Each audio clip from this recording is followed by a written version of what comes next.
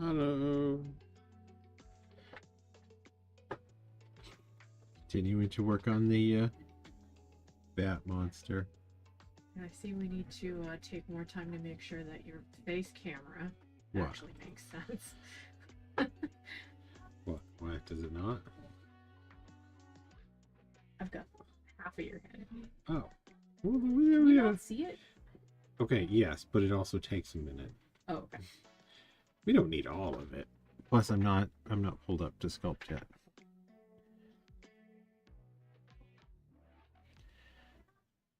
Now you good? There. Does that please you better? Better. Look at your pretty face. Ooh.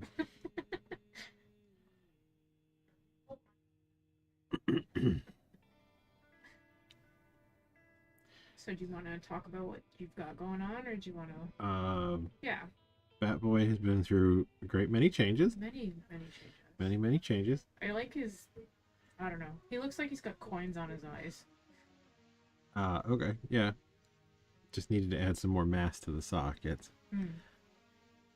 I'm gonna make a few more bigger changes. I want to pull the muzzle out a little bit.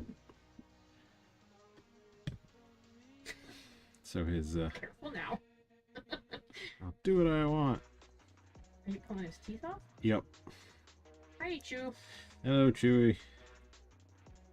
Yeah, that would be kind of cool to actually do that on purpose. Coins in the eyes guy? Yeah. I could do that. Yeah, do some kind of a like zombie slash mummified coin-eyed thing. Yeah. Maybe even try and find some like cool looking old coins. Or Like get some real coins. Yeah, or we could get some like, you know, party pirate money. Party City pirate money. Yeah.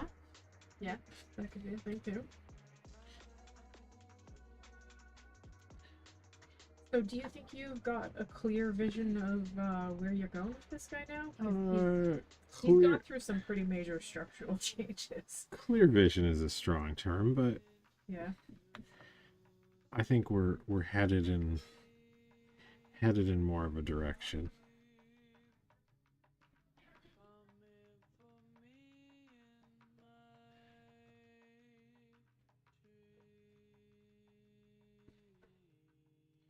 Nope, there's still going to be some more stuff that gets moved a bit, but I've got a few things that I like. Yeah. Going on. I like the idea that he's got kind of like teeth on the outside almost. Sort of an exposed gummy kind of thing going on. Okay.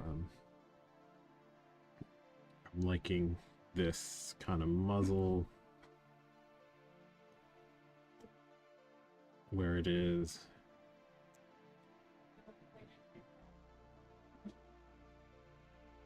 And I like, in general, the proportion, I think. Mm-hmm. Although I do want to add a little bit more bulk, I think, to the... You do look like that. He still looks like he has boobies.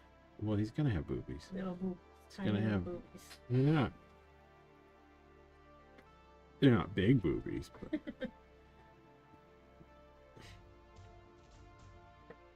Not everybody has to be rocking the big old... Big old bitties. The tig old bitties. Animatedies.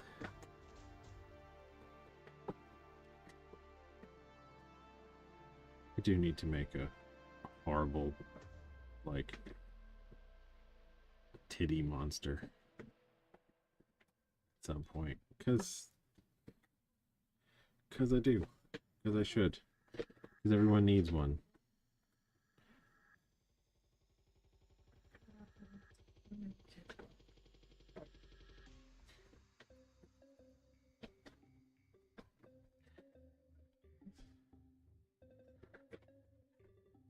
But yeah, I think we're done seeing huge alterations. Yeah. You think? Until I get... Until you change your mind? Until I change my mind. Or get bored with something. Okay, that's fair. I mean, I'm good. Oh, you usually have a plan going into... I do? Whatever it is you're doing. I almost never do. I shouldn't say I almost never do. I'm very comfortable without one. Let's say.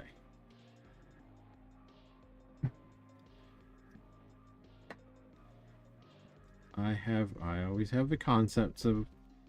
Actually, that's not true. I don't always have the concepts of the plan. Sometimes I have clay. That's it. Occasionally, what I have is a lump of clay. Yeah.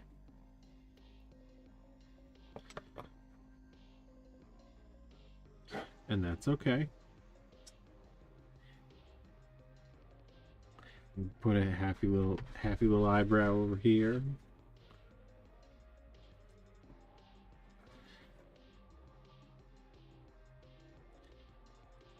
He has this idea of a plan. Yeah. Now I have an idea of a plan for sure. Yeah. At this point, for sure, I have an idea of a plan. That's good. To be fair, I had an idea of a plan from the start on this one.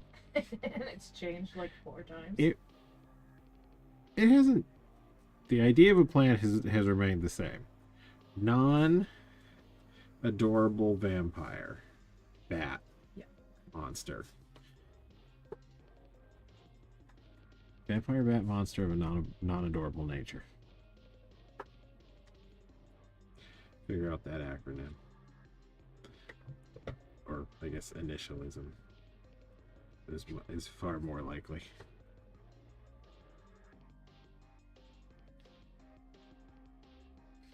It's like a rodent of unusual size, but, well, actually, it would be a rodent of unusual size, wouldn't it? No. Bats aren't rodents. Are they not? Bats are not rodents. What are they? Rodents are defined by their teeth. Okay. And bats don't have rodent teeth. So Bats are their own. What makes a rodent teeth never stop growing. Oh, okay. So your rabbits, your squirrels, your mice, beavers, any of those things that need to gnaw to keep their teeth. Bats do not have that. Bats have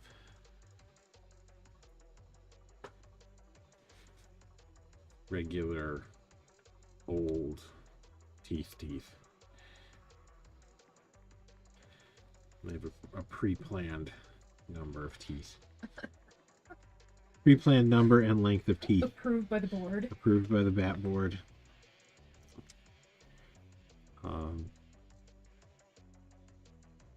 Yeah, they have a... The Vampire Council. The Vampire Council. They do have a superficial resemblance to a lot of rodents, but yeah, the rodent body plan is pretty ubiquitous. I don't know if I would go so far as to say that the rodent is the crab of the land, but what? Okay, you've heard the theory that everything is crab? No. No? Actually? Okay. So You're gonna need to explain that there one. is a scientific concept called carcinization or carcination. I've heard everything is fish.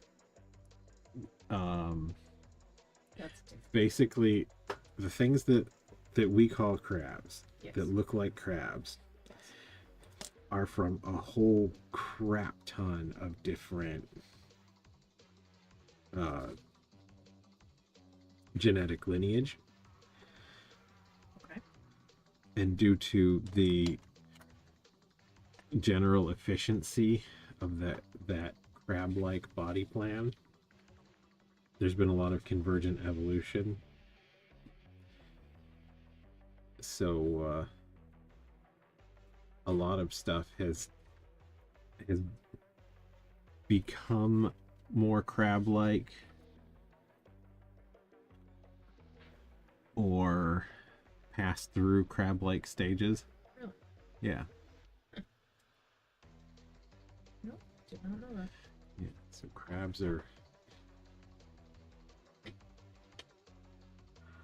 that look very much the same, all very crabbly, not particularly guaranteed to be in any way related to one.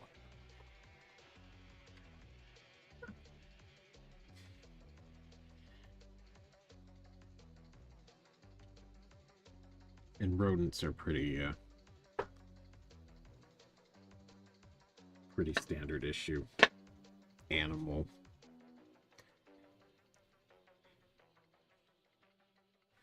Body plan. They can eat pretty efficiently. Although kind of weirdly for an animal that whole I guess the whole reason why they're named rodents, the teeth that just continue to grow and never wear out on them. It'd be weird to have placement of thing way over there. No, not necessarily.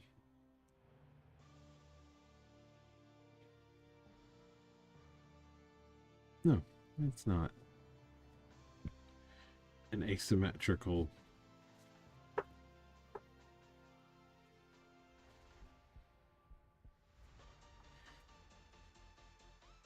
thing like that. Between these two sizes, but I feel like this is too small and this is too big. You Well, don't no, this want one's you don't want to know my thinking on that. Why am I being so picky? Is it that? No, it's that your stuff is, when you put it on mugs, you have a real tendency to go bigger than I would. I like more. So you do like. I like more ground on my. Oh, that's good. It just feels goofy. I don't think it feels goofy. I mean, yeah, not today's scene. I think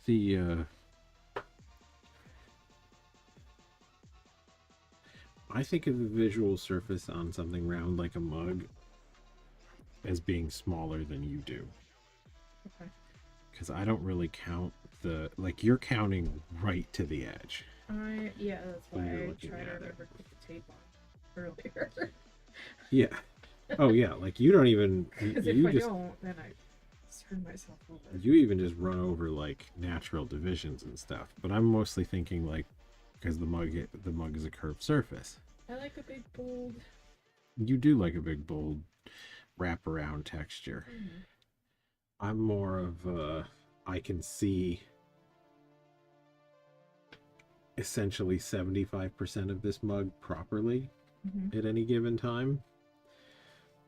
So if I'm doing a cohesive design, I want it to stay in that. I want it to stay comfortably in that 75%. That's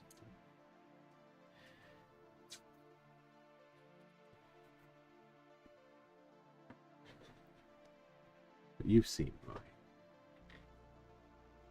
my pottery I have seen your pottery. things. I've seen lots of your pottery. You've seen lots of mine. Yeah. Well, you've seen my painted pottery stuff. Yeah, that's true. It's just, I don't know. Sometimes the design or whatever just feels so lonely on a sea of nothing. Yeah, could do.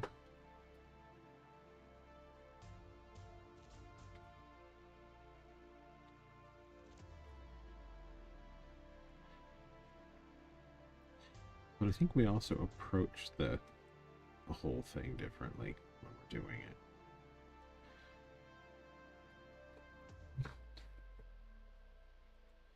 Like you're really designing for that surface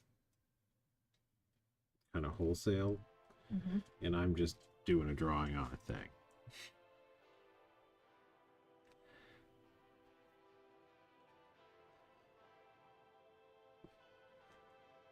Kind of like when I do one of these mugs. I could, and I do very rarely occasionally, give some real thought to the how will this mug. But most of the time, I make a monster and go, I'll figure out where to put a hole in it at some point in this process. It's a good version of mug later. Yeah. Yeah, okay. That is quite different. Yes. Yeah.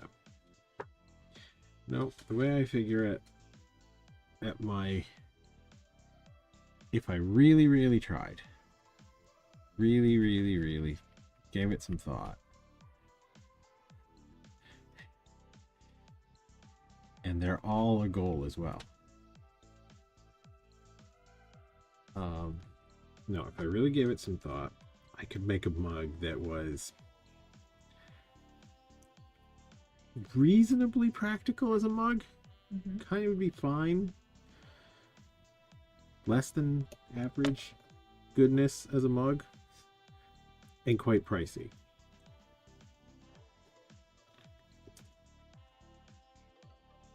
Wait, what does price have to do with this? What does price have to do with this? Well, because they're handmade mugs, Yeah. and that's part of any efficiency equation. Yeah. So like if you're looking for something to convey fluid to your mouth,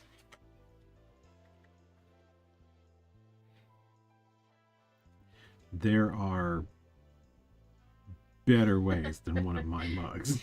Monkey can always figure out a hole. Truth. Yeah.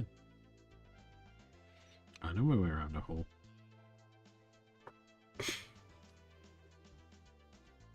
I don't start that discussion if you don't want to get into it, and I don't think you do. I will bring the receipts. Yeah. And you are the receipts. Y'all should see what color my wife is right now. The pinkness!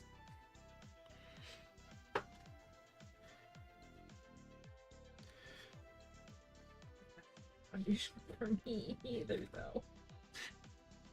Moo? Moo. Much pinkness. Much Yeah. pinkness. Ah, yes. Yes, no, her, my wife has a built-in lie detector.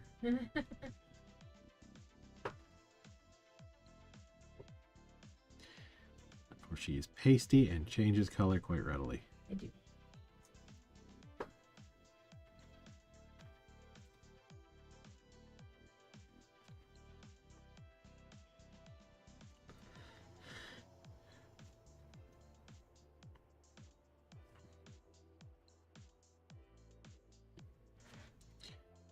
I've seen more translucent.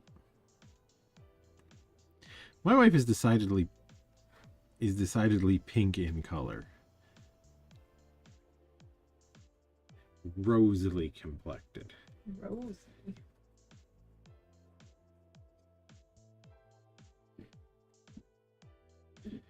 Jen's pretty transparent. Yeah, Jen's clear.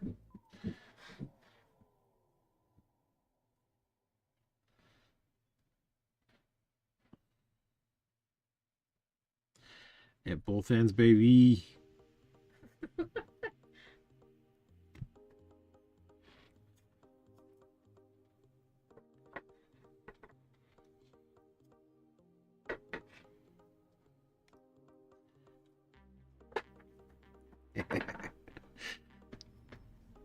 Sometimes you gotta take the low-hanging fruit.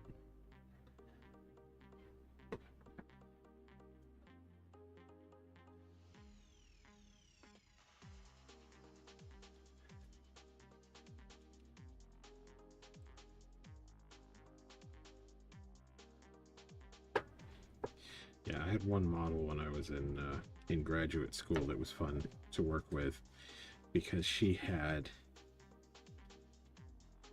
extremely pronounced veins.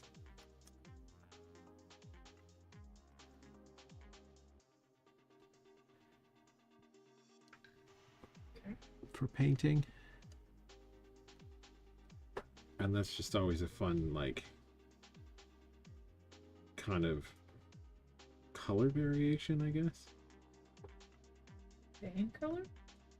Well, because she would have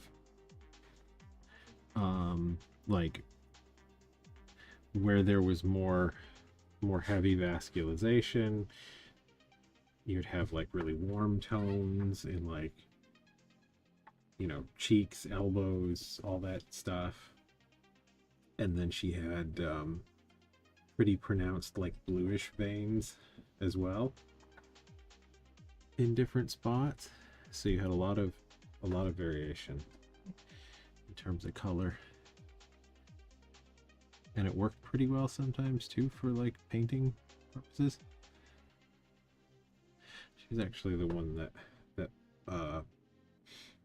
bought one of the paintings that I did.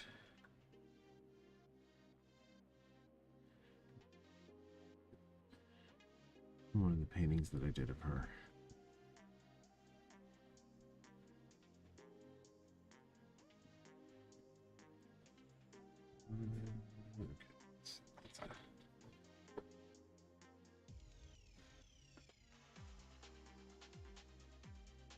I guess think Rembrandt painting when it comes to coloration. Rembrandt or Jacob Jourdain's. I don't know who that is. You may not know who that is. There's a chance you don't know who that is. Yeah. Well, you might recognize the painting. Oh, You might recognize it. Do you want something to make marks with? I mean, I can go get mine. Okay. Well, I've also got lots of. There should be. I mean, you can just pin. Don't use a pin tool. Okay, go into. You know which bin of tools is mine? Back there, the cup of tools. Anyone that's not that one. No.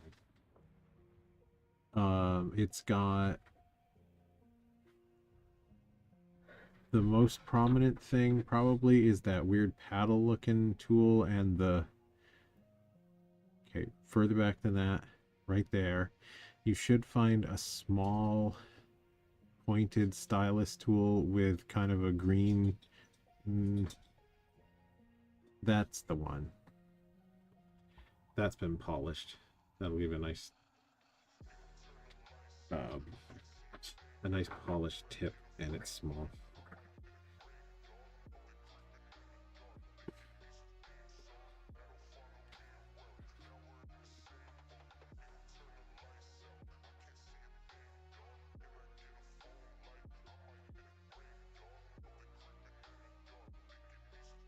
That should trace for you pretty well.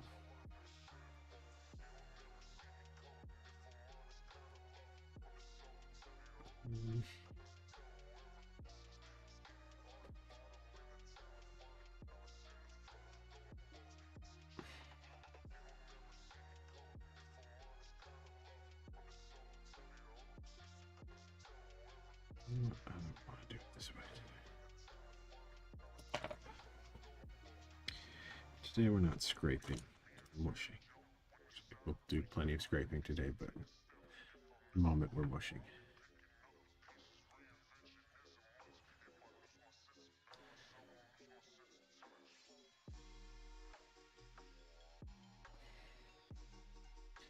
So, and yes, that is an actual, like, distinction.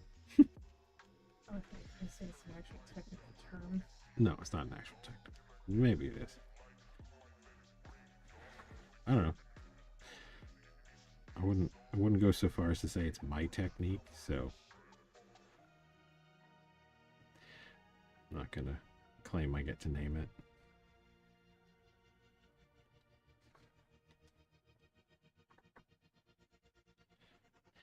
But I do find if I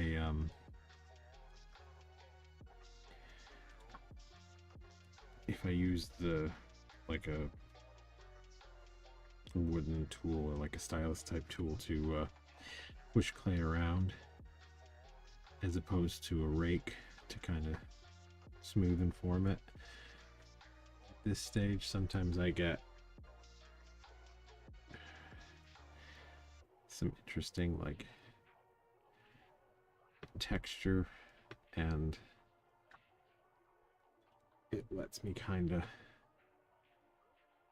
well, I don't know about lets me, forces me to kind of like make some directional marks that I could do with a rake, but this way it kind of makes it something I have to do.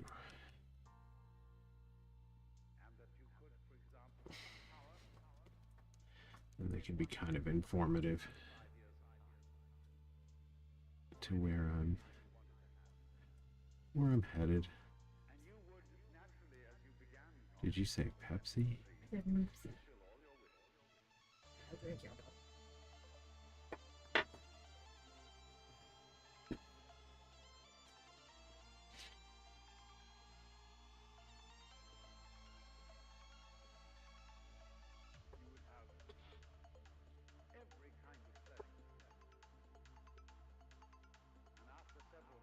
See, with just that sort of change in this kind of directional mark, now vampire looks sleepy. Now he looks what? Now he looks sleepy. He's having a nap.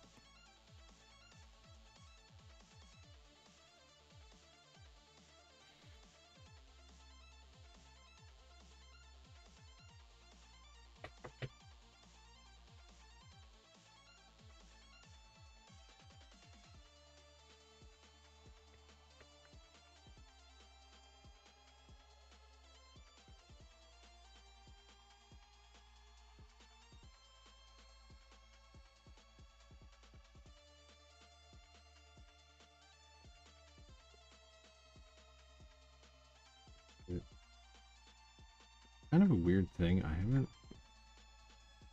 heard any like monster sculptors talking about it. How you can really change a piece by like kind of pushing the focus around, and just things by like making sure that a lot of your kind of mark making on the surface points to the mouth, for example. Like I can make this guy angrier looking almost without really changing the forms, just by kind of making this V-shaped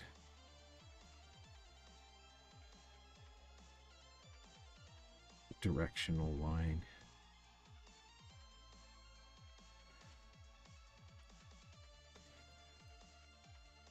I'm not really sure why that's so effective on sculpture,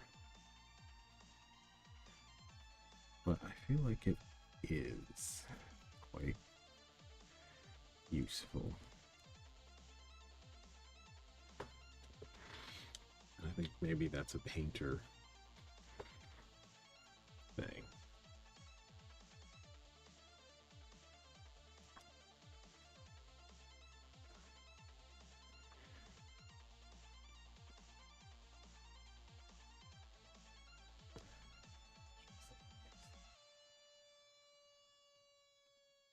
It's a thing.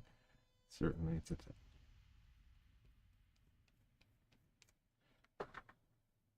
I'm interested in weird stuff, so I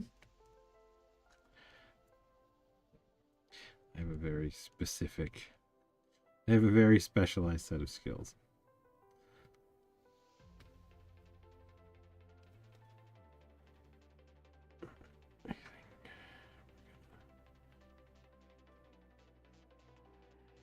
Get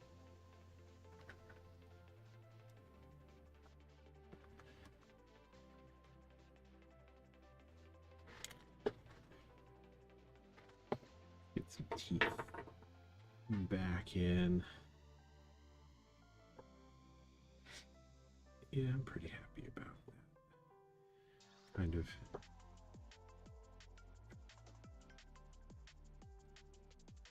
muzzle.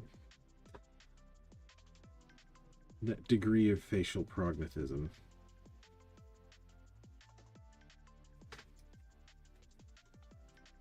No, maybe just a little scrooge more.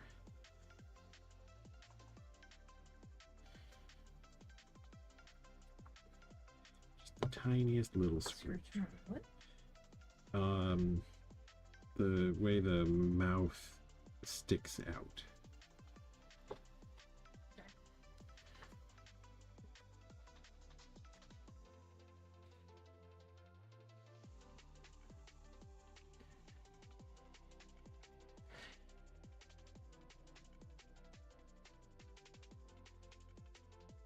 And I got a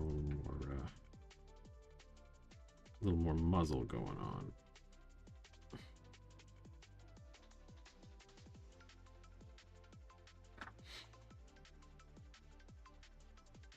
Wait for the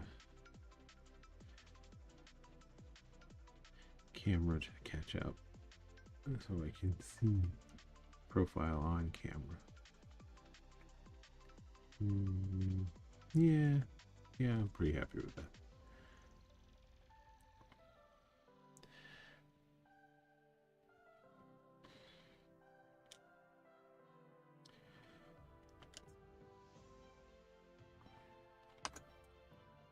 Let's see. Go on.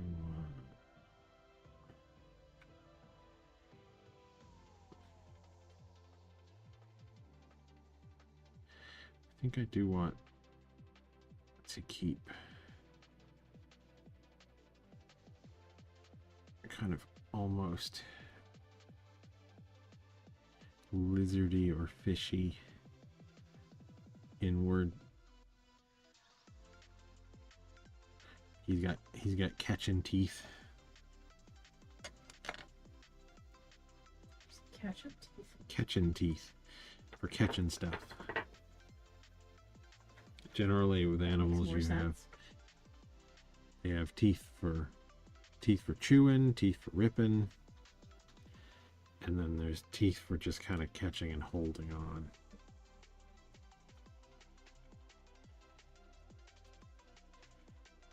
Which I guess would probably suggest that this vampire has some kind of a...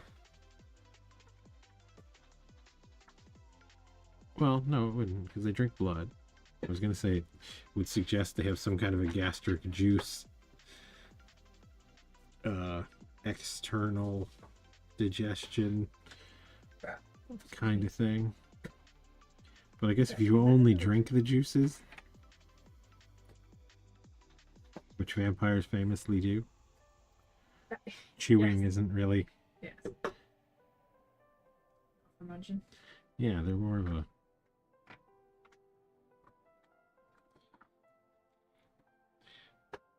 Vampires are not really a smoothie kind of guy. They're... Okay. Well, you gotta wait another week anyway.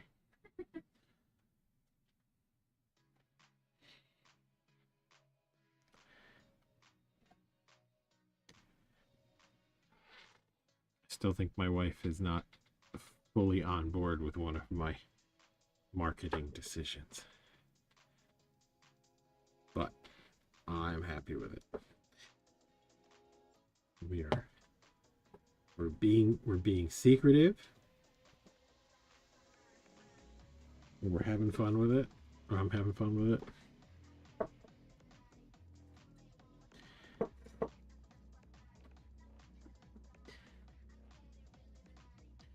I mean, mostly no, but yeah, it's mostly a team effort. But I think in this instance, I'm definitely right.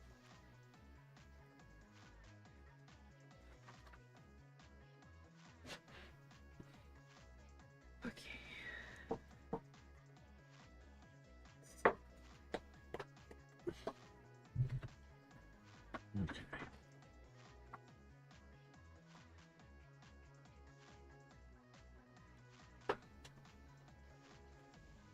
So I think once again we have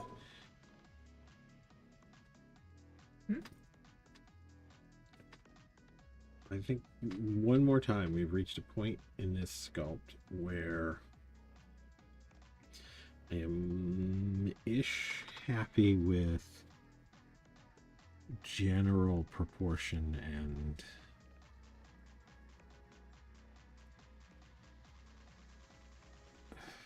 I guess just the anatomy. I'm not displeased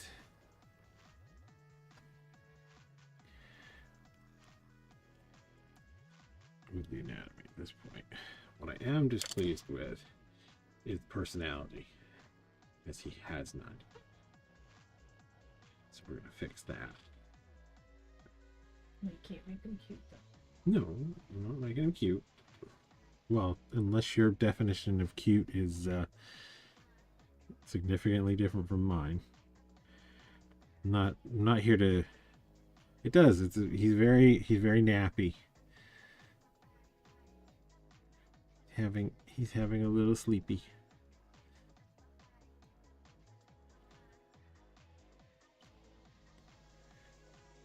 I think there's a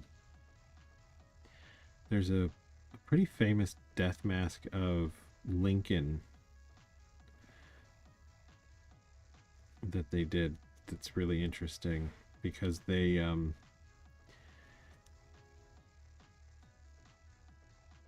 it's like they couldn't decide what to do about the eyes, and I'm not really sure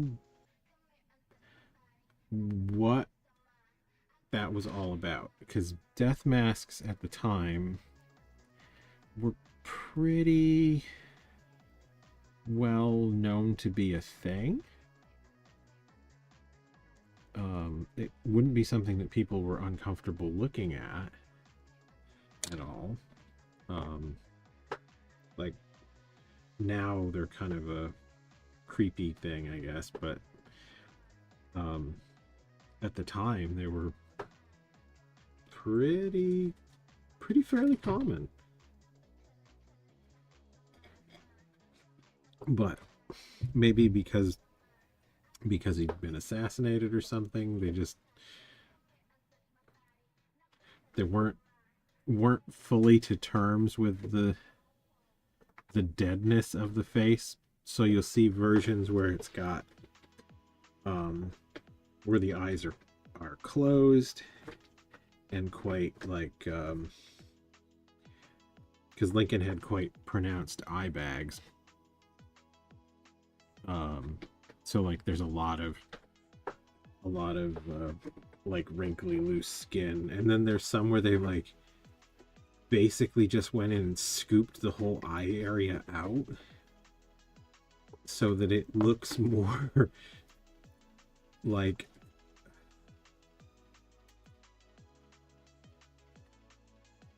alive-ish in a weird way, which doesn't sound like it would do, but you just kind of get the darker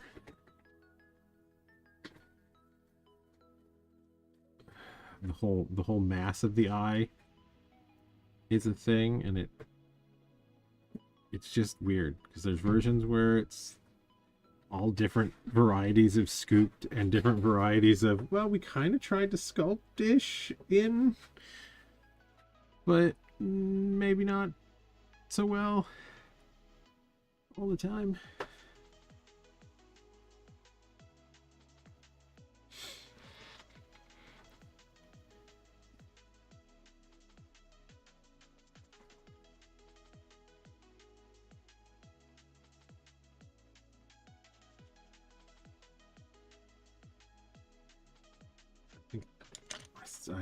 I remember seeing, I think it was a Thomas Aikens charcoal drawing after the death mask that was pretty good. Not 100% certain it was Thomas Aikens, but it certainly looked like one of his.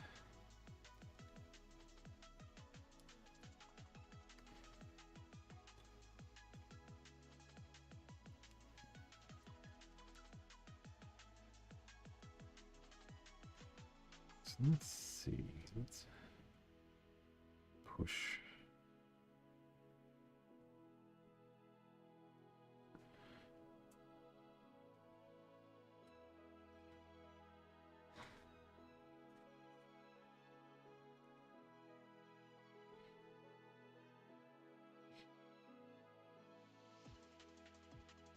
I think we may end up losing some of that wide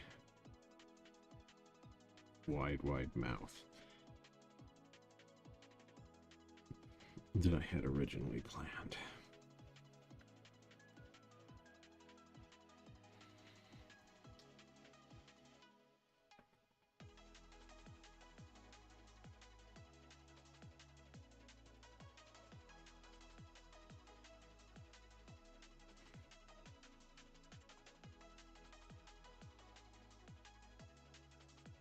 I do have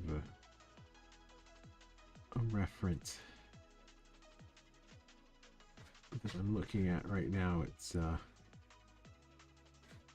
Bill Nighy from in his Underworld grumpy vampire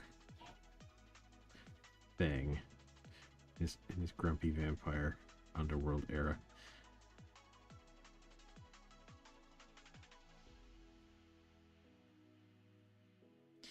Pull some of that energy in, I think.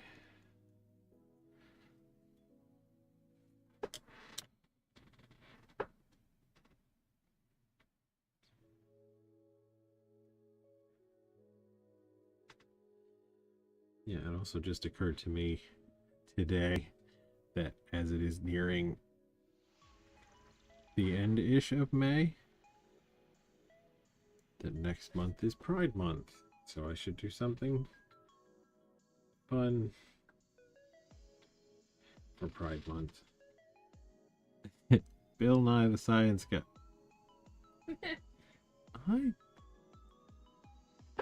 Bill Nighy the Science Guy? Yeah, I don't feel like I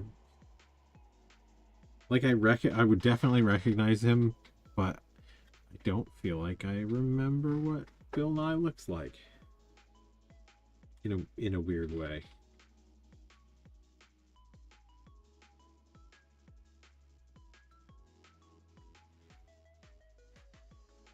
Now either that's because I just haven't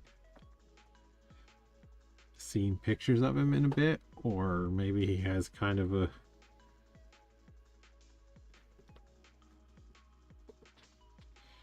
averagey face and it didn't strike me as that interesting for whatever reason.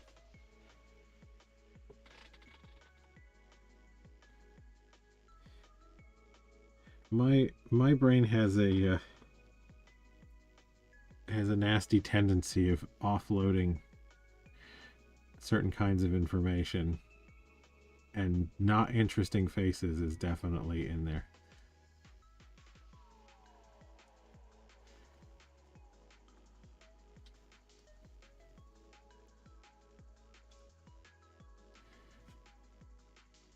Not interesting faces, names of people, places, and things.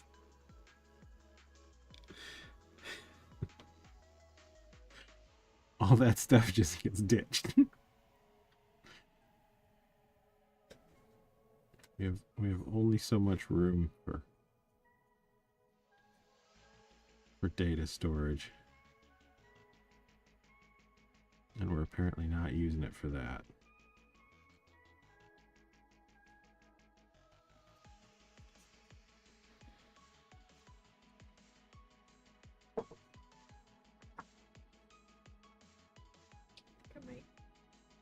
Next request for building stuff might be more brush cups. More brush cups. Yeah. Well, I'm kind of thinking I should More, batch this stuff. more brush cups? Yes.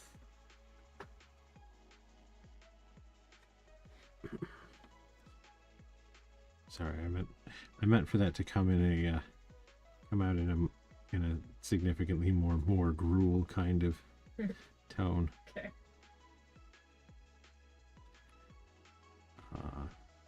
I'm glad you explained that because I didn't get that. No, I didn't.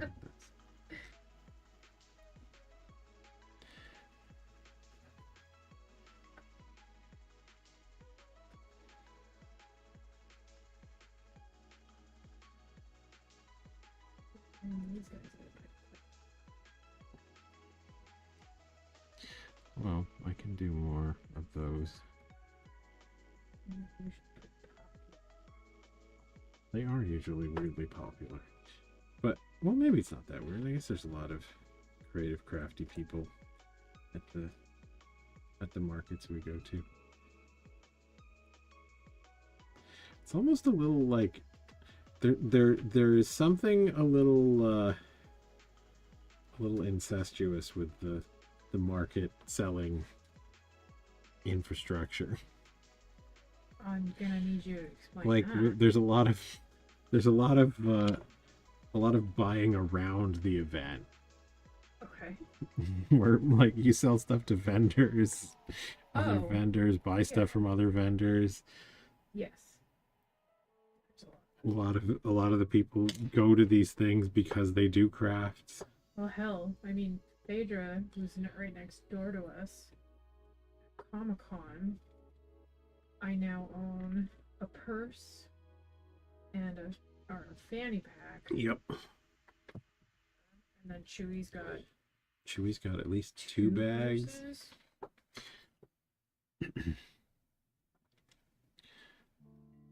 Two purses. Two yes. purses, yes. Yeah, if there are any lurkers out there looking for custom made spooky nerdy purses, Phaedra Handmade. Definitely Instagram. I'm not sure if she's on it. Definitely on Instagram. Phaedra PH. Yes, with PH. Not gonna spell the rest of it because yes, it's with a not sure. it's with a PH. It's like fat with a PH. From the 90s. No, I guess that would have been 2000s.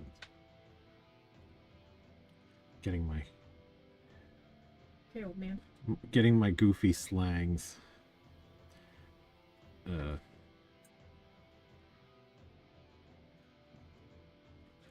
confused. But yeah. Yeah, get them before she realizes her prices are ridiculously low.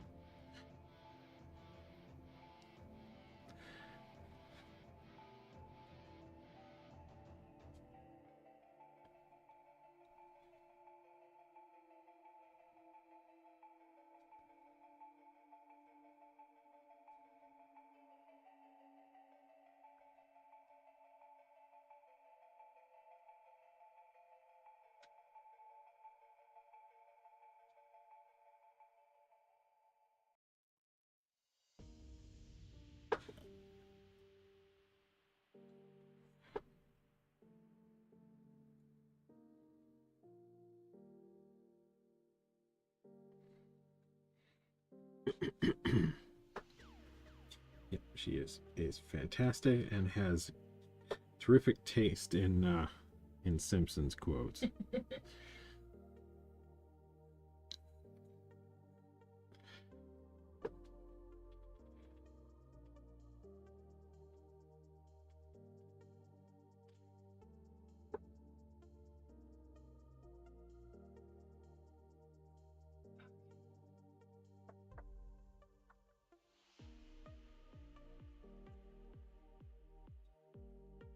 Do all the glittery things.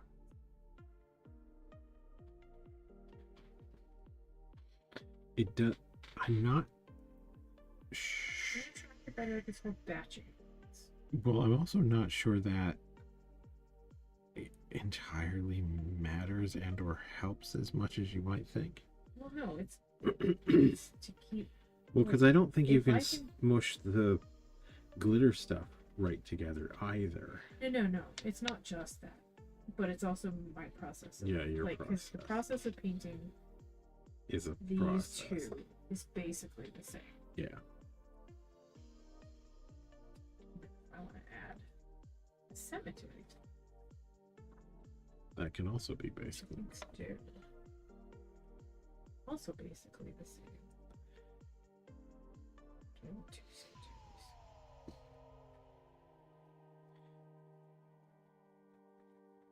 You need zombie. You need zombie hands to add to your cemeteries.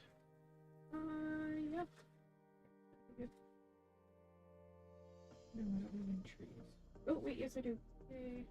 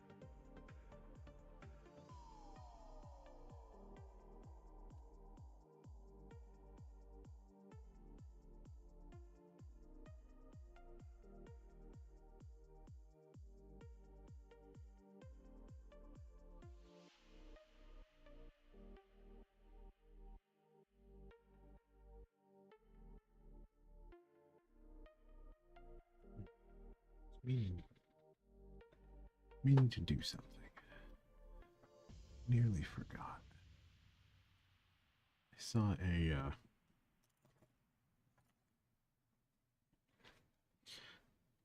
YouTube video the other night. I believe it was Grumpy Sculptor. I'm not entirely certain on my attribution. But I believe it was Grumpy Sculptor. It's either Grumpy Sculptor or Sculpts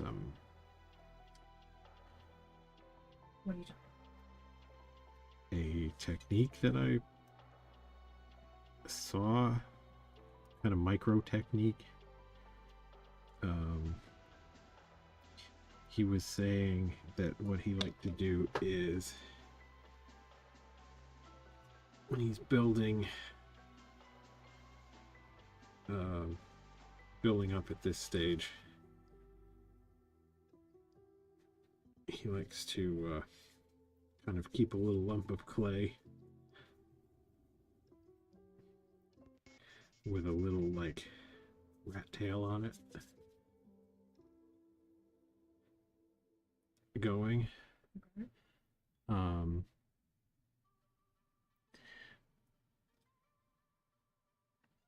And it is to keep it warm with your hand, but also it kind of eliminates. So there's an annoying thing when you're making stuff out of clay. You get these little like these little micro wormy dealies, right? And you're trying to place them, and then like, oop, you bump it. It's not going on in the right order. You can't keep hold of it, and you drop it, and it's just they're fiddly and it's a pain. Mm-hmm. So he was saying that he keeps like this kind of a thing going on, and just kind of continuously pulls off the end. Feels a little weird just now.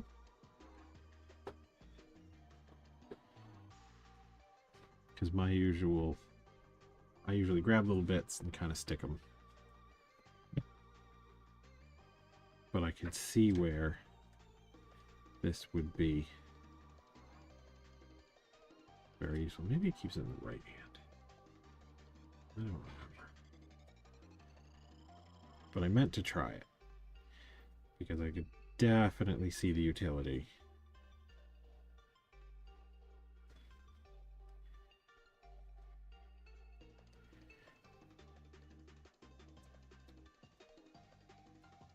This feels a little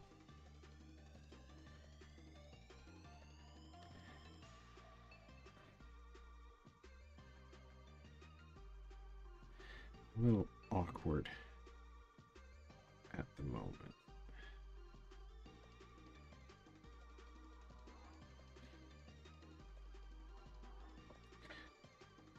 But that might also come from my being quite right-handed.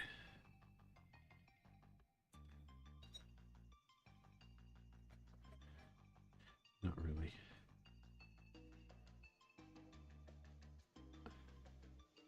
Not really very ambidextrous when it comes to these things. Or really anything. I've seen lots of people that sculpt basically two-handed. And it helps them keep symmetry.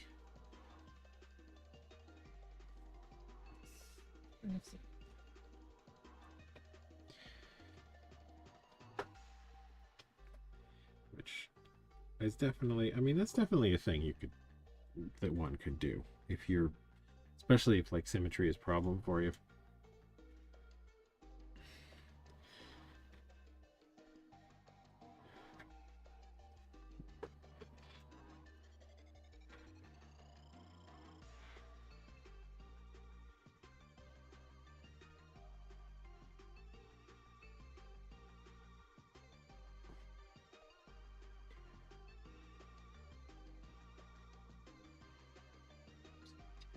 These jaw muscles, I think.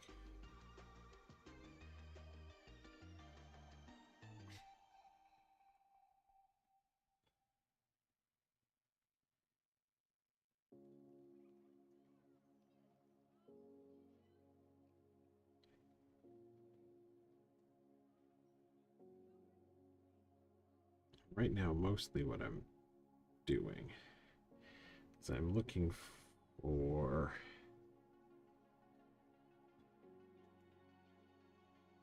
interest that I can add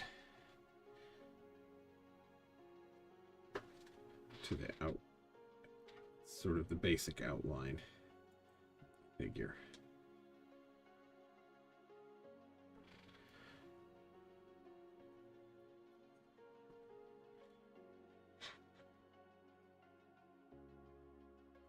I'm adding more personality and just breaking up some of the larger shapes a little bit.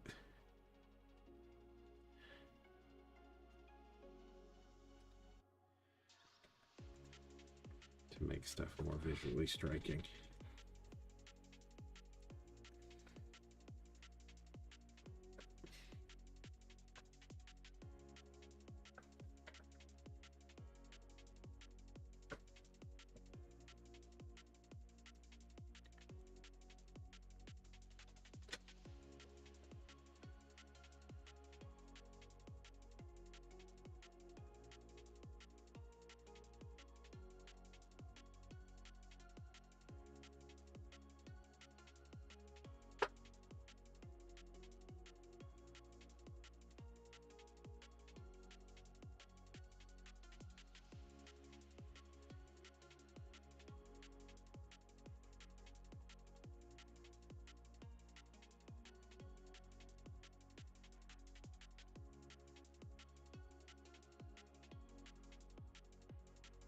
Is this absolutely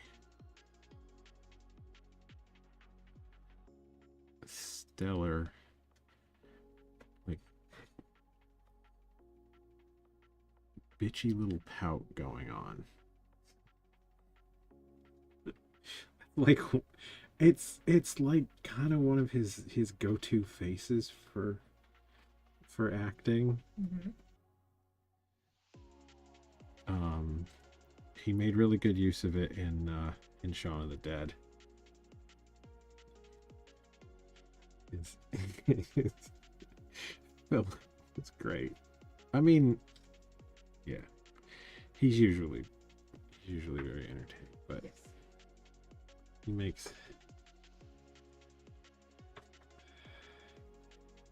he makes fun choices.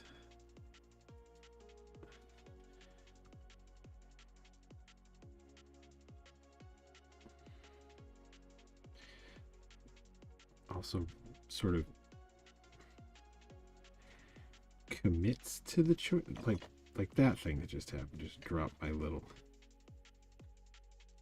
If this was still stuck to the clay ball, it wouldn't have dropped it. But yeah, it's like he commits to the thing.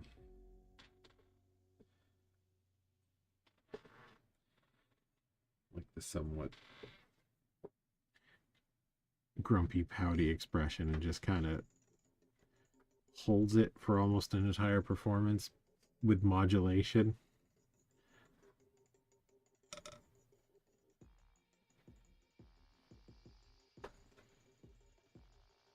I'm pretty sure it's not just his like resting bitch face kind of thing.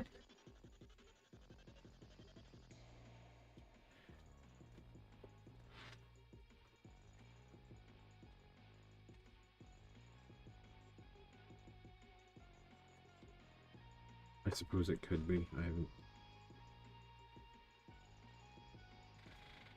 haven't seen a lot of like interviews and things where you get kind of a more out of character version.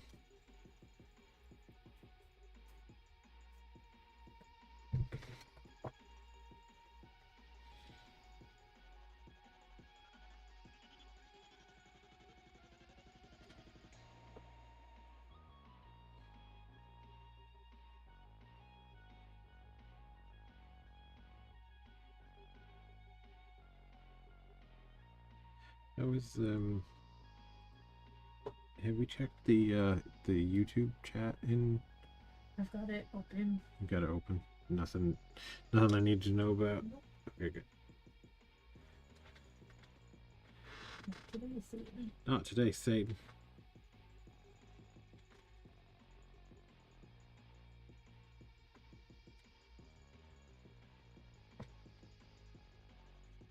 Not today, Satan is one of the best kinds of Satan. Hmm.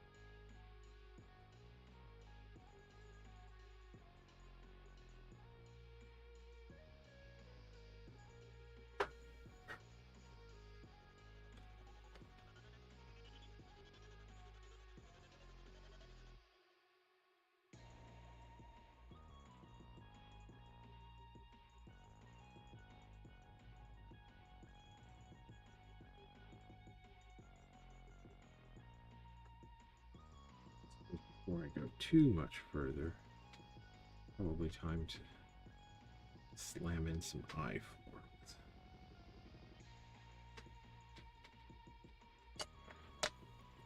Thinking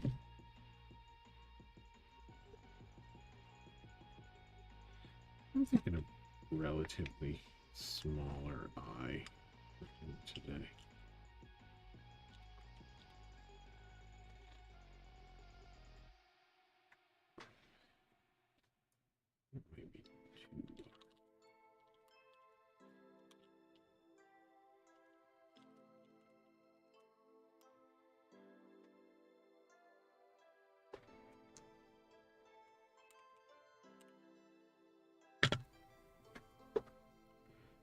Yeah, I think these are the size.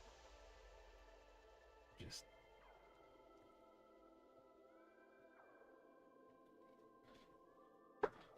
that looks right, yeah. Sure. I mean, the size looks okay. The bulginess, maybe less so. Looks perfectly fine where it is. Just right. I mean, you're the artist. I mean, you say that. You say but... so.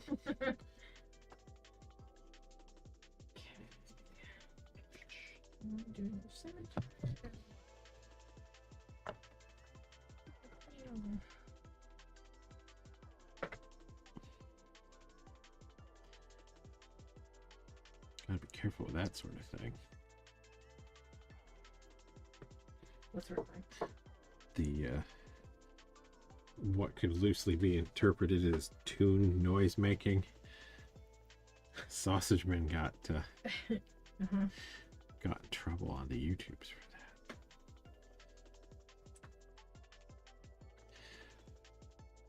that. I mean, I guess to be fair to his, let's call it, singing voice, I'm a little impressed. The YouTube, I'm assuming, recognized it as music? Copyright bots was yes, the old Christopher Lloyd buggy-eyed bit.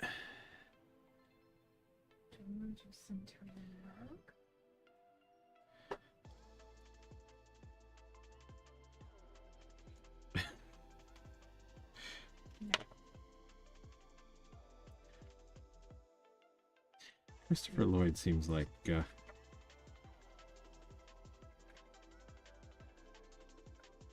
he might be good fun, sort of.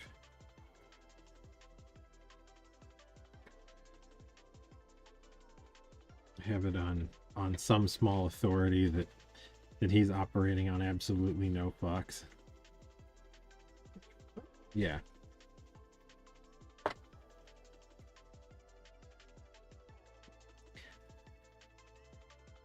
Somebody that has not directly worked with him, but indirectly worked with him. Okay. You don't remember? What are we talking about? The line read things where he would, like,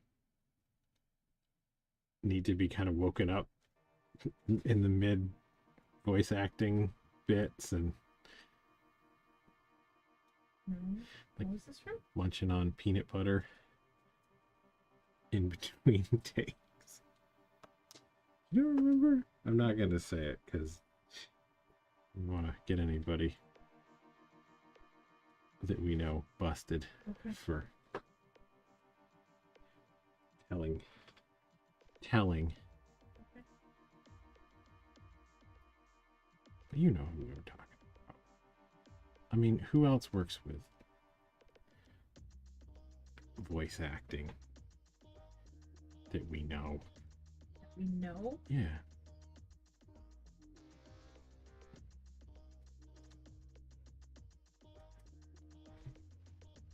Okay, go like this.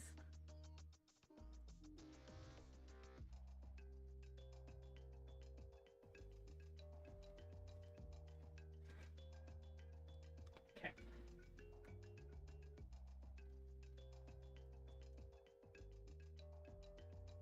I'm not sure I remember this story. You don't remember that one? Possible I wasn't there. I don't think. Or just being me, You just don't remember. Just don't remember / aren't paying attention. It has been known to happen. Doing it right now.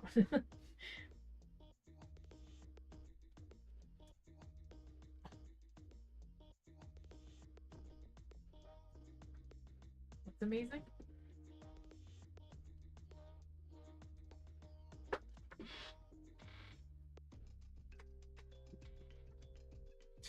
Let's get this one a little bit deeper.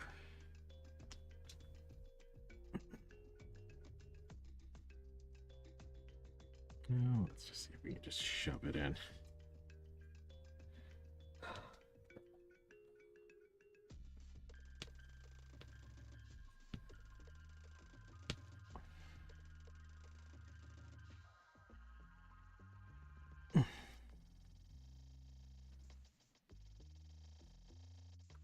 There it is. Pure brute force method.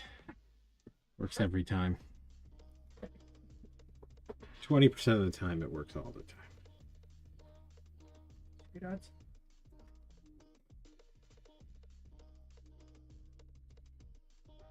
Okay. Yeah, I feel like the right depth. I think.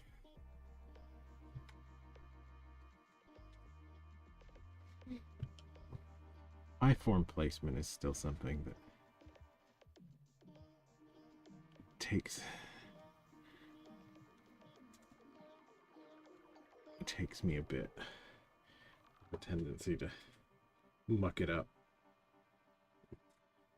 and move my eyes.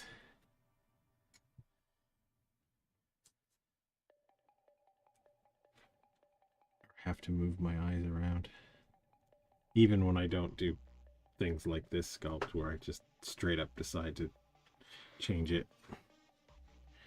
Oh god, that looks truly ridiculous on camera with just the eye. Just the kind of like naked eye form just kind of kicking in there. A little bit.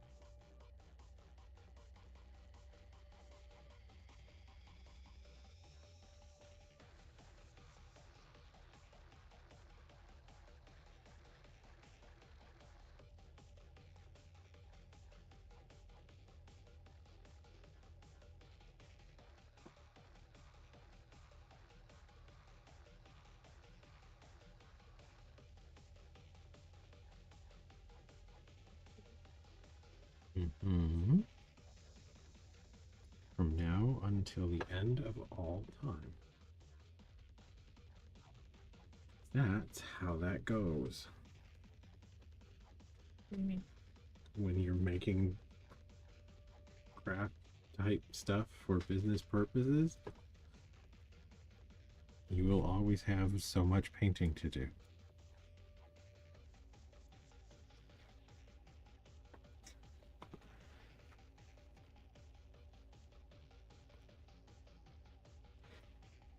We should revisit the calcifer idea.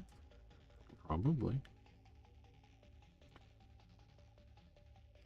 I mean, you're still very much feeling out the whole process for you. Well, you've only been really selling stuff for Long have we been doing these shows proper? a couple, 3 years. Something like that.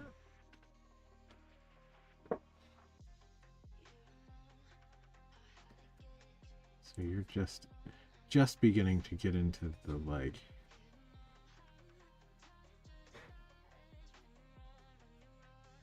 I need to have stuff done and ready and prepped for 2 shows from now, Yes. 3 shows from now. Well, I'm definitely thinking of Ando. Yeah. That's mostly because ONC is literally 2 weeks after Comic-Con. Yeah. So I'm not gonna have time to No, you're not. reassess.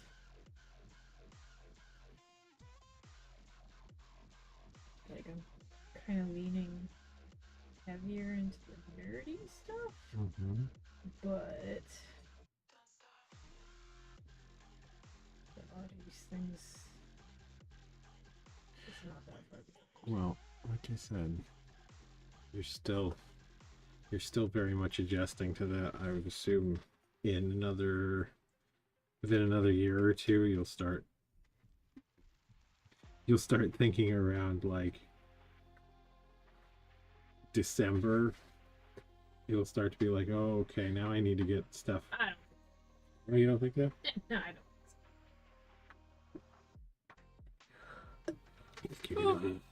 You're gonna be a last minute pain in my ass for all of the sometime.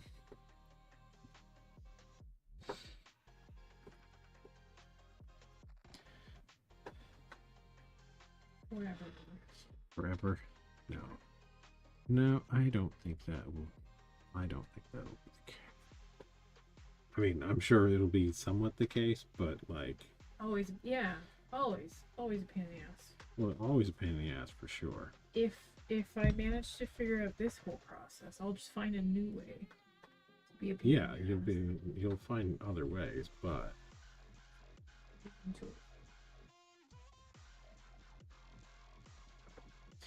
yeah, I think you'll have to adjust your like expectation for time frame just by the nature of pottery.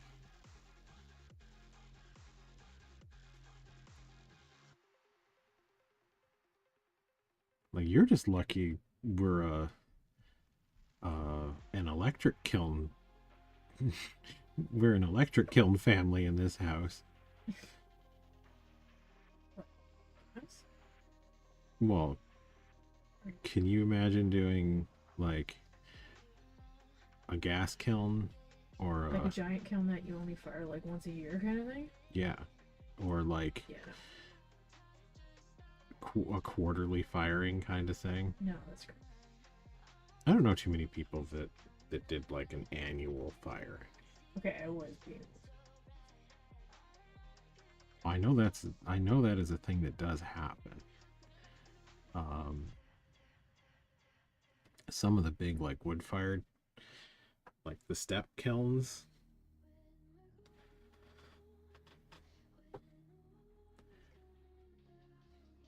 Like that's a whole thing.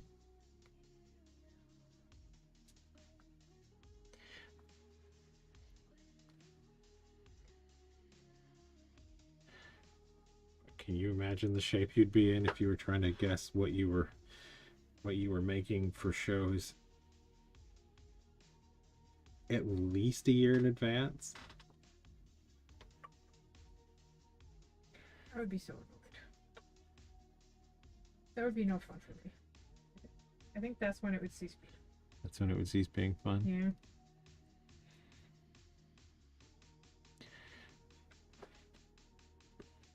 You do get some cool stuff out of those Sure kiln you do. technologies. I don't know. Combination of like lack of attention span, wanting to try new things. Yeah, there's no. Always like, ooh, what toy can I play with next? Uh-huh. I mean, you can still do that with those kilns. You just need to, Yeah, like, but the weight. well, yeah, your your inability to take notes and or remember what you did Yeah, I mean, I forget what I do over the course of like a week. Expect me to would be remember over the course of like a year? would be very difficult to cope with. That's impossible.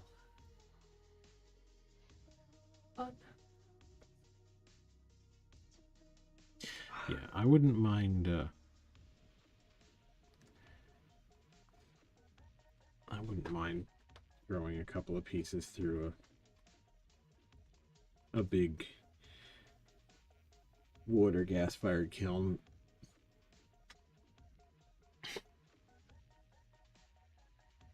Like some soda fired monsters would be kind of fun. Hmm.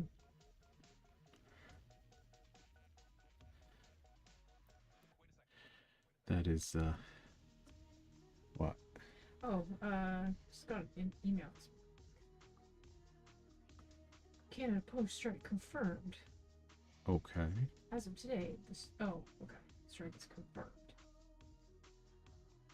But the subject line is Canada Post strike has started. It's like, no, it hasn't.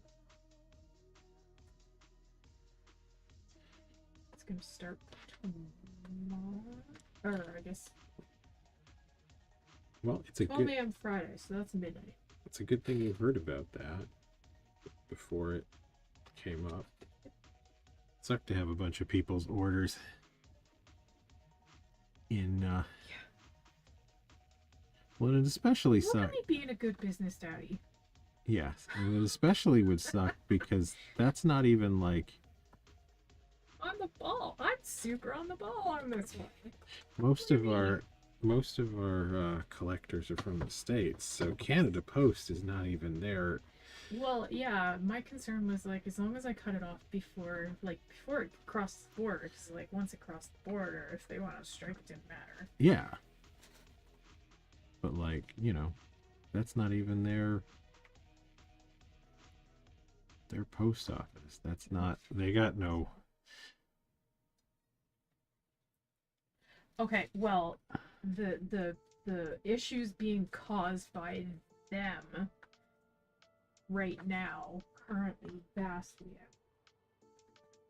a simple postage strike. Yes. To be fair, Well. abject fuckery. Yeah. I'm gonna choose to believe most of those issues aren't caused by our particular clientele. Yeah, but not our particular. But if you're extrapolating it, I could extrapolate out. huh? I could extrapolate out. I will choose not to. No, I mean like if you're gonna say, well, they aren't even responsible for Canada Post. Well, it's not that they're not responsible. It's that they don't have a. They have no kind of agency in this. Sure you do.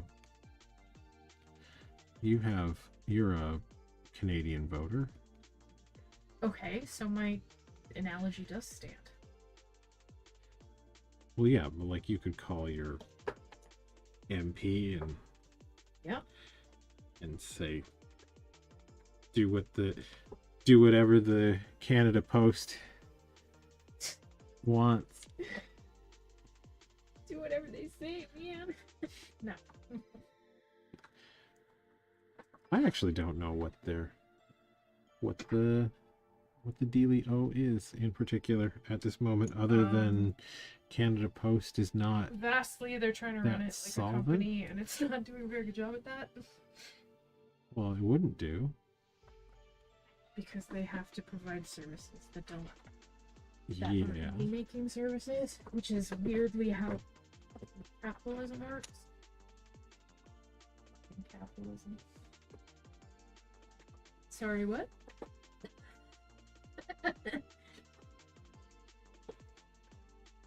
Yeah, they don't. They do not need to. But they do have extra things that they need to do.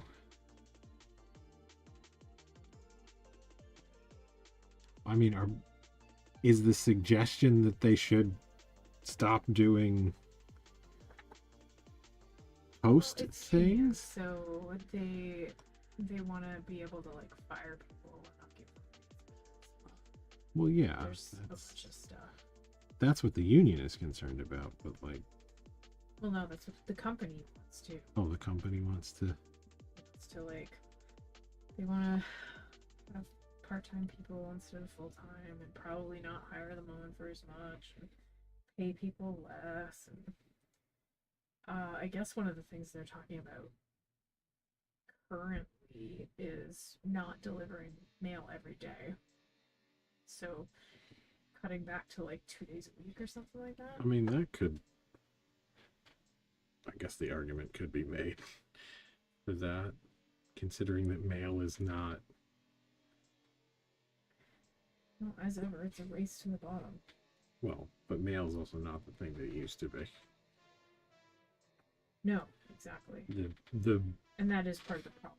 The vast Like, majority of severely dropped off. Yeah. But package mail are huge, but the competition on that is massive. Well, yes. Hopefully, they don't decide, oh, well, Canada Post just can't compete in package mail, so we're just not going to do that. I don't know. That would be real bad in Canada. I mean, it would be bad in the States, but it would be real bad in Canada. Well, the problem is, like, there's a lot of... You guys have smaller some serious bush up here. Yeah, exactly. Like, you've got... There's lots of places. The other guys won't deliver too. Yeah, you've got a lot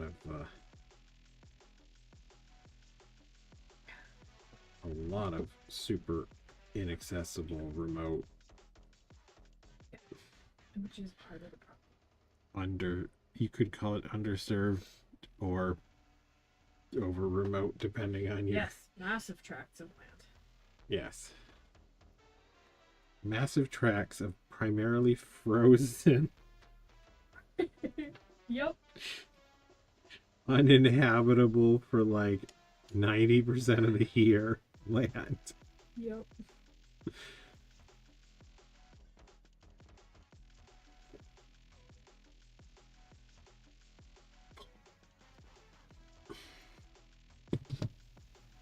And don't nobody want to do the well, I guess probably not nobody, but almost nobody wants to live in those places in the like sustainable manner. And not even the like environmentally sustainable, like it's possible without massive subsidization. I don't know whether I should go grab my paintbrushes and stuff or just call it, because now I'm tired. I am spent. We did have a day. Good.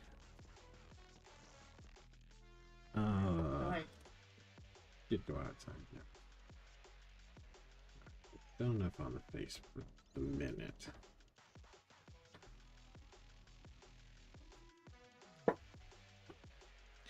Think about that body, yaddy, yaddy.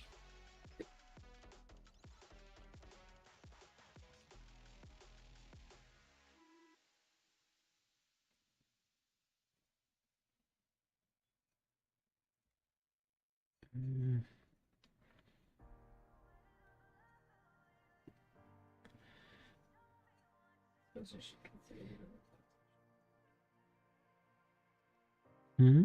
other mugs should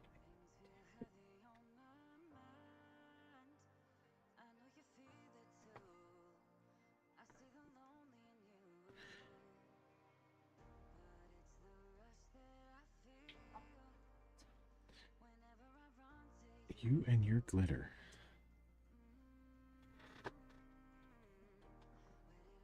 You really do. I mean, that is why you bought. Was that one of the first, like, glazes that you went and bought a gallon of? Yeah.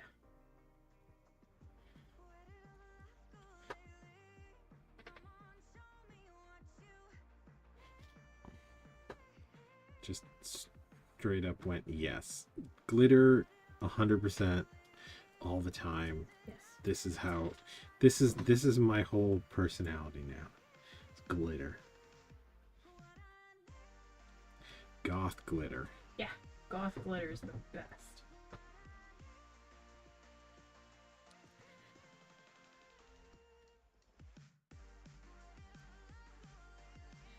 Man, you would have, if you went to the same university that I went to, ceramics, you would not have been impressed with ceramics. Because it would have been all artsy fartsy hoity toity. No, not really. It would have been all. I did not know that underglazes were a thing. Pardon? I did not know that underglazes were a thing that existed. Hold up. Brightly colored, paintable underglazes. Hold up.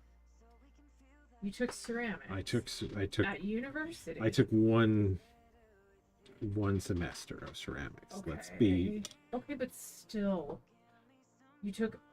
I took a university level class course on ceramics. And you were unaware. And we did not do underglaze in any way, shape, or fashion. That feels like a failure of the education system. Okay, so I don't know if I've like kind of explained the pottery thing to you. No.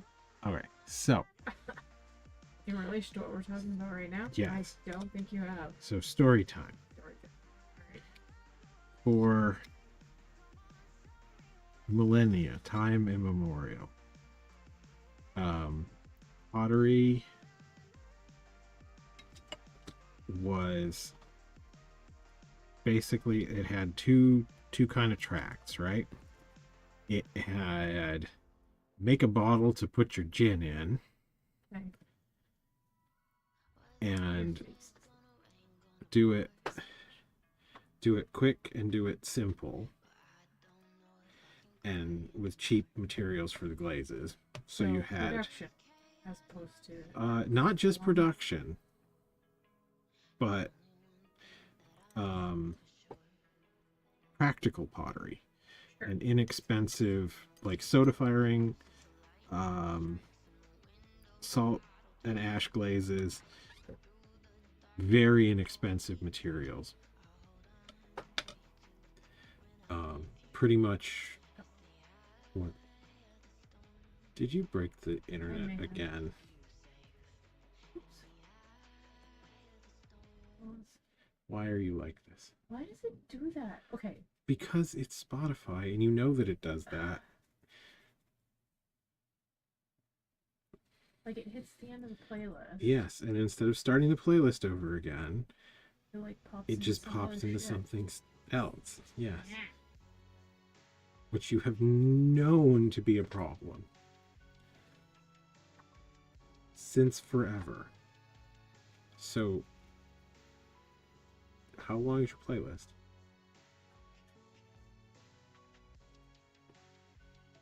Three hours. Okay, so you need to start it from the beginning all the time. So you're gonna do this. But anyway, there was practical pottery, and then there was decorative pottery. And practical pottery was not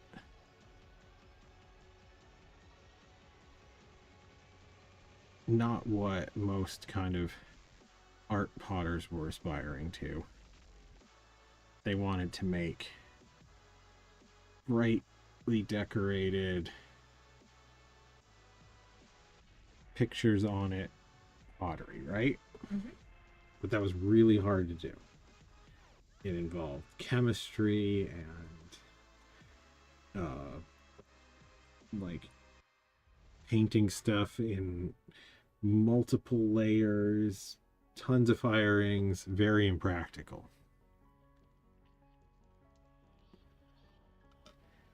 And then around, I think it was in the 20s and 30s, but I could be wrong.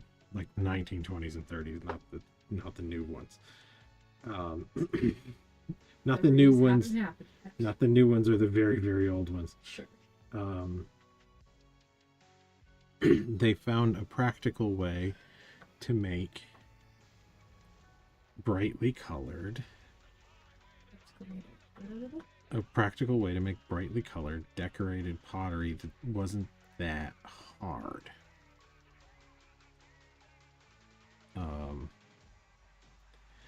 And they did that by making really bad clay. Low fire white pottery. Mm-hmm. Like the paint your own pottery studio places. Yeah. I think it has 25% talc in the clay body. And it fires up very weak. Okay, I was gonna say, why did they do that? Why did they do that? Yeah.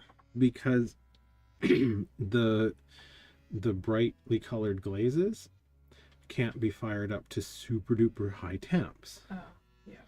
They've improved some of that now, but they couldn't be fired to really high temps. So you needed to get something that you could get fired kind of by cone 04 or so, which is really low for pottery.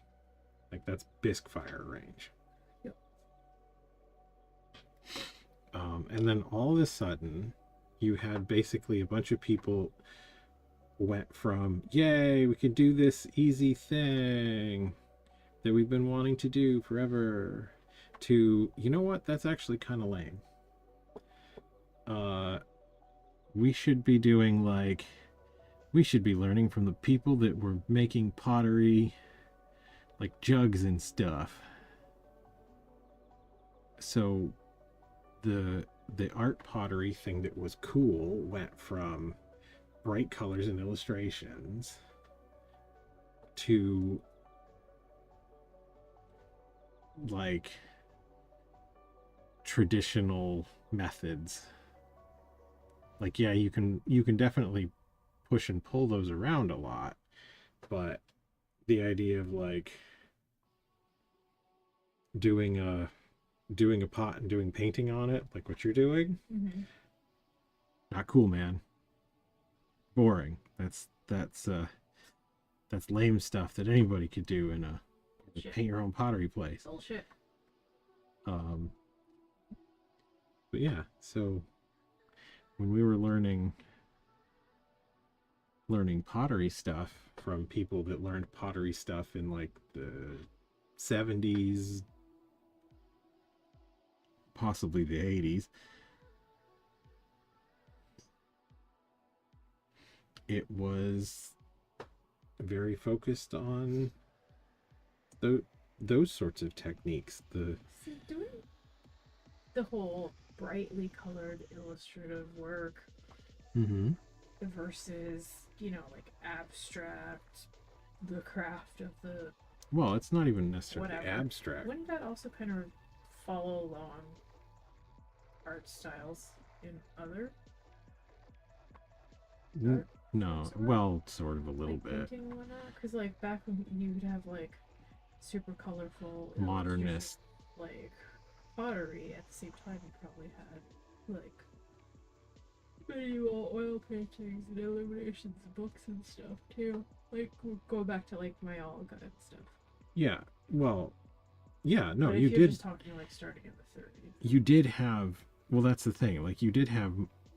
There were illustrative pottery styles. There was, but those usually involved either relatively low-fired redware. Yep. With a glaze, like a a slip or a glaze on it. Yeah, that's the Biolica. Yeah, that's the Myolica thing. But in case people that aren't you don't know that. Oh, I thought you were just mansplaining Biolica to me. No, I'm mansplaining it to everyone for the benefit of the poor buggers that don't do pottery. All right, that's fine. But yeah, that was like it Biolica is a complicated process. It's difficult to do, and also when you're doing those paintings, like the colors that you're working with are not the colors that you're working with. No. So you need a lot of specialization to be able to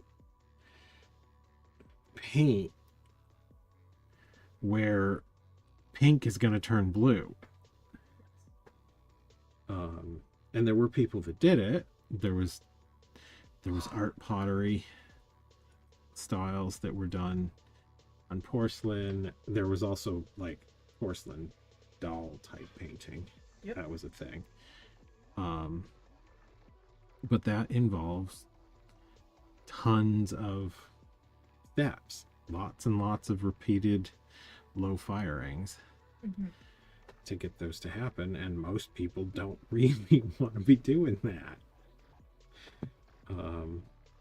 And so if you were like, I guess look at it this way.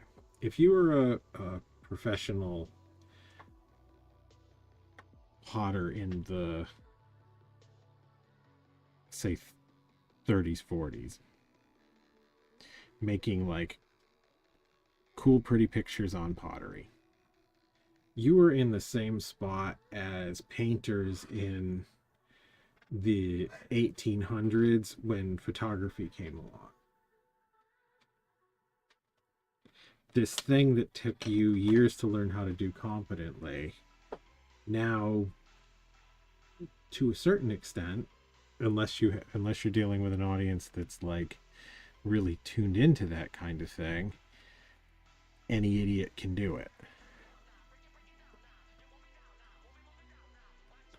So there was a reactionary period where, like, you know, the cool potters were all looking back at the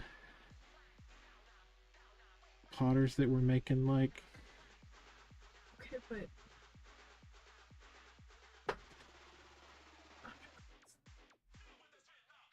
like I feel like even in the fancy, you know, well, it's come toity whatever, it's they come still underneath. Yeah, they do. They did it in the 80s a little I bit would too. think... But they also mixed it, like, they were primarily doing things with like their own mixes. They were doing colored slips. They were doing, like, that was fairly complicated stuff in the higher end, like, art pottery world. So we didn't get to that in Pottery 101. Yeah. Didn't know there was an easy way to do. Also, where I went to university, we had sculpture and we had pottery, and they were two different teams. Yeah. Well, they didn't call it pottery, they called it ceramics, but ceramics was about vessel forms. Sure. So if it wasn't, So if your it, sculpture on ceramics. yeah, if it didn't hold water, Yeah. it wasn't Even though yours is it wasn't pottery. Yeah. Well, functional. yeah, I had there are historical precedents that are quite old for even my work. Face jugs. Well, face jugs to an extent, but also the Martin Brothers pottery in England. Oh, yeah, those all. Yeah. They tended to do a lot of like birds and Oh. That like, was more. There's all like the soldiers. And no, not look it up. soldiers. Look it up. Look up Martin Brothers pottery. You'll recognize it.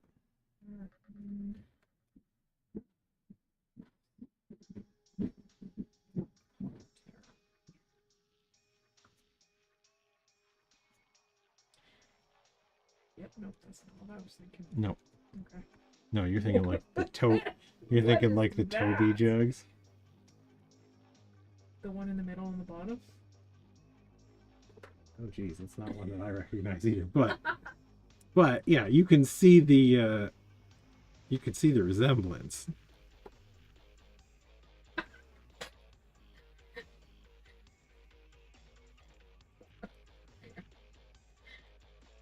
Like it wasn't.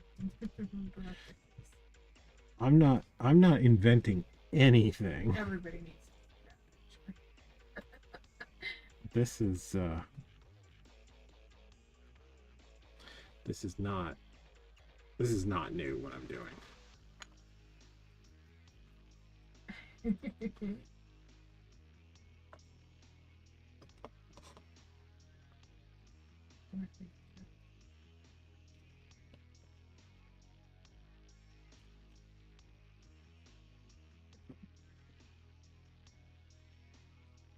Now you're hyper amused. Well, that's good. At least we can hyper amuse you.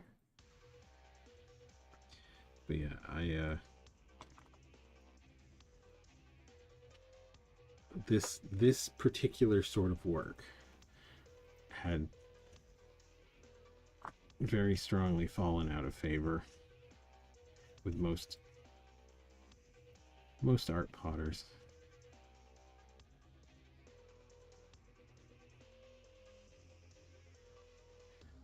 When I was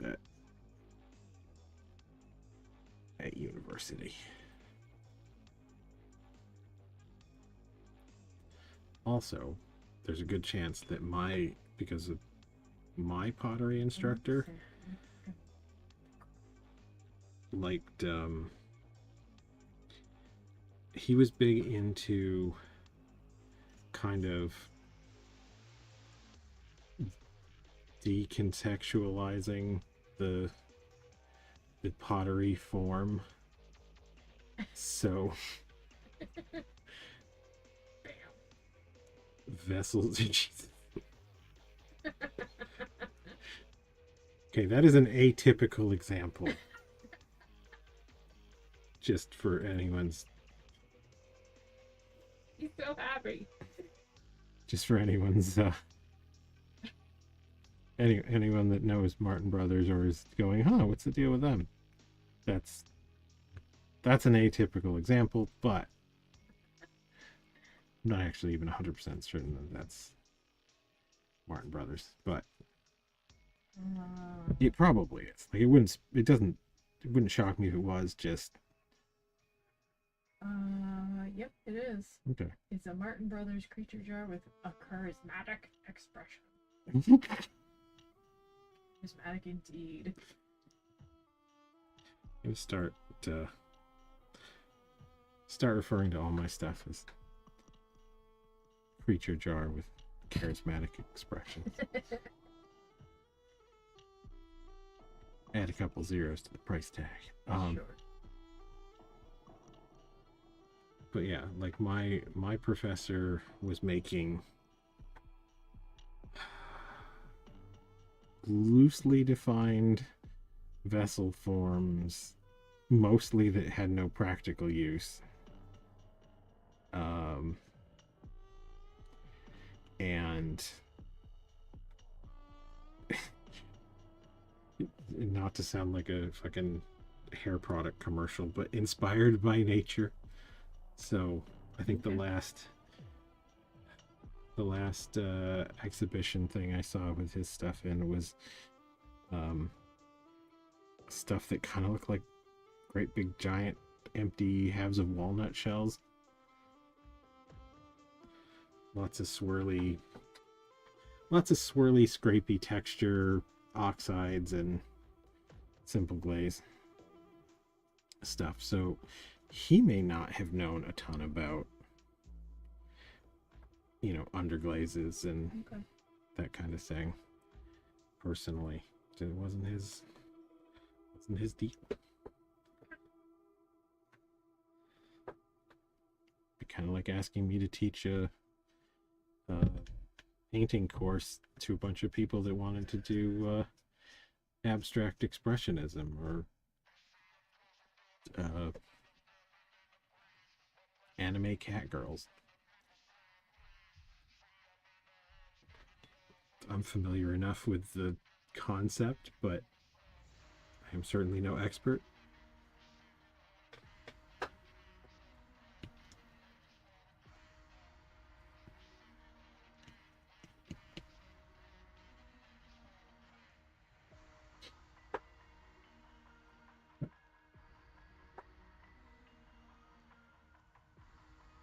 But yeah, I think the wildest thing I made in ceramics at university was either kind of weird monster form teapots with simple glaze. Not necessarily monster, but creature form teapots with simple glazes, or like horns, like the kind you could blow into, with kind of a dragony motif. I made a few of those.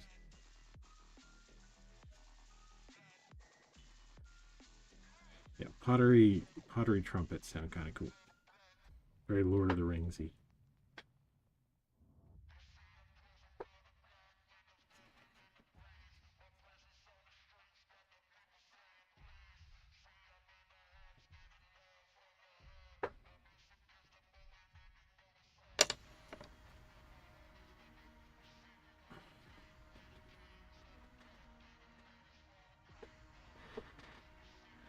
So, Getting close to time. yep.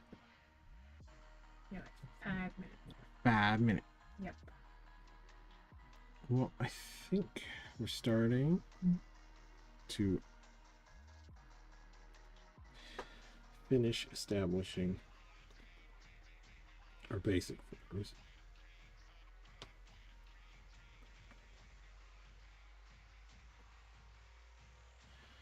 And some stuff that I still want, that I'm still not fully into. This neck fat needs exploring. Next time. It's not bagging enough. I think it's too. I gotta hollow out some of these forms. Invest in some of these wrinklage.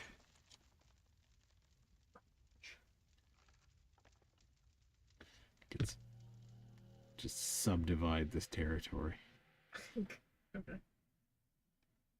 this like your note for next time? Yeah. Note to self for next time? Yeah.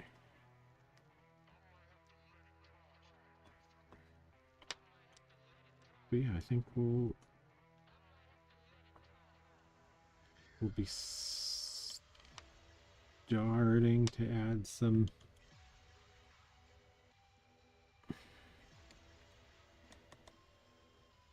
not necessarily super detailed detail, but some specificity to some of these areas.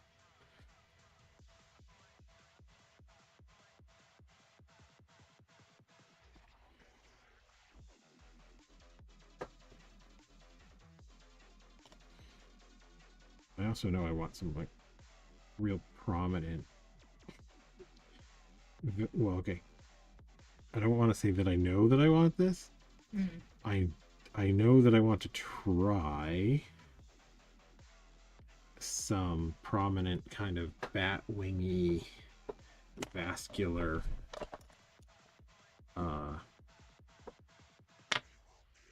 veininess things going on in this loose skinly area. We will see how ball sacky that gets.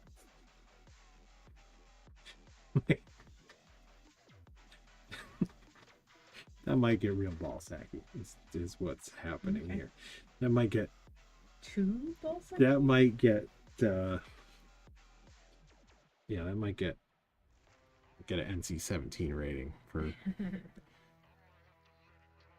some serious nutsack vibes. But I'm already actually kind of digging that a little better.